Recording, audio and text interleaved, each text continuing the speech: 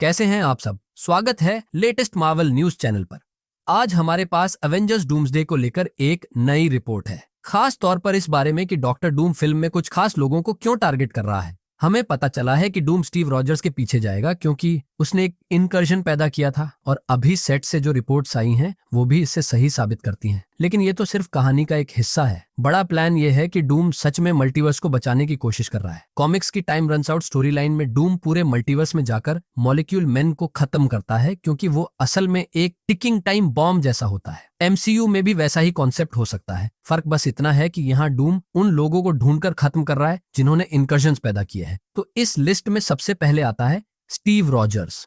कहा जा रहा है कि जब वो एंड गेम के एंडिंग में पेगी के पास वापस गया तभी से एक इनकर्जन की शुरुआत हो चुकी थी। अब कुछ लोग कहेंगे लेकिन लोकी सीजन 1 में तो टीवीए ने कहा था कि एवरेजेस का टाइम में वापस जाना पहले से ही तय था, यानी वो इवेंट टाइमलाइन का हिस्सा था, न कि एक अनप्रिडिक्टेड इंसिडेंट जो टाइमलाइन को डाइवर्ट करता। हाँ, लेकिन टीवीए टाइम से बाहर मौजूद है और जब लोकी और सिल्वी ने टीवीए को खत्म कर दिया और ब्रांचेस खुल गईं, तब शायद स्टीव का पेगी के पास जाना एक नए इफेक्ट को पैदा कर गया। और मजेदार बात यह है कि लोकी सीजन 1 के राइटर माइकल वॉल्ड्रन अब अवेंजर्स डूम्सडे लिखने में मदद कर रहे हैं। तो कहानी जैसे भी लिखी जाएगी वो फिट बैठेगी और इसी वजह से कहा जा रहा है कि डूम स्टीव को टारगेट करेगा और यहीं से हमें असली स्टीव रॉजर्स वापस मिलेगा, वही 616 यूनिवर्स वाला। अब बाकी कैरेक्टर्स की बात करें। डैनियल आरपीके के मुताबिक डूम का मकसद है ऐसे लोगों को ढूंढना जिन्होंने इनकर्जन्स की। इसमें स्टीव रॉजर्स के बाद नाम आता है मोनिका रैम्बो का और वो अभी एक्स मैन यूनिवर्स में है। रिपोर्ट्स कहती हैं कि डूम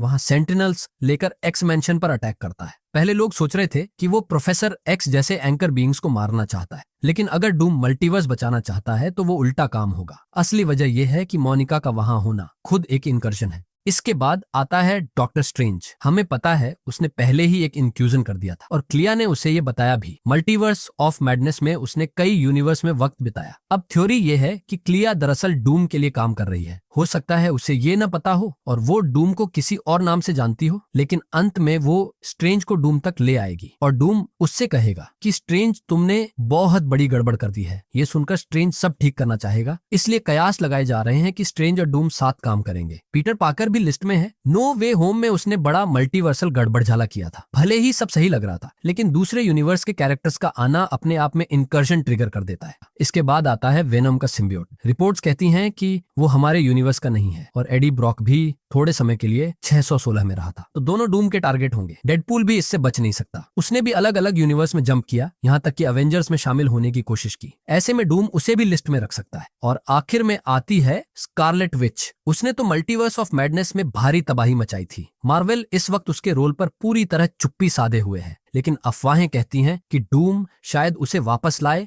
और उसकी पावर अपने साथ जोड़ ले। अगर डूम के पास फ्रैंकलिन रिचर्ड्स और स्कारलेट विच दोनों की ताकत हो गई तो वो सच में गॉड एम्पियर डूम बन सकता है सीक्रेट वॉर्स में। तो कुल मिलाकर डूम इन 7 कैरेक्टर्स को ढूंढने वाला है। Steve Rogers, Monika Rambo, doctor strange, Peter Parker, venom, Deadpool और स्कारलेट विच। और यही एवेंजर्स डूम्सडे की असली कहानी को बहुत इंटरेस्टिंग बना देता है। तो आपको क्या लगता है, डूम किन कैरेक्टर्स को टारगेट करेगा? नीचे कमेंट में बताइए। वीडियो को लाइक करना और चैनल को सब्सक्राइब करना न भूलें ताकि आप मार्वल की कोई लेटेस्ट अपडेट मिस न करें। और हमेशा की तरह देखने के लिए बहुत बहुत धन्यवाद।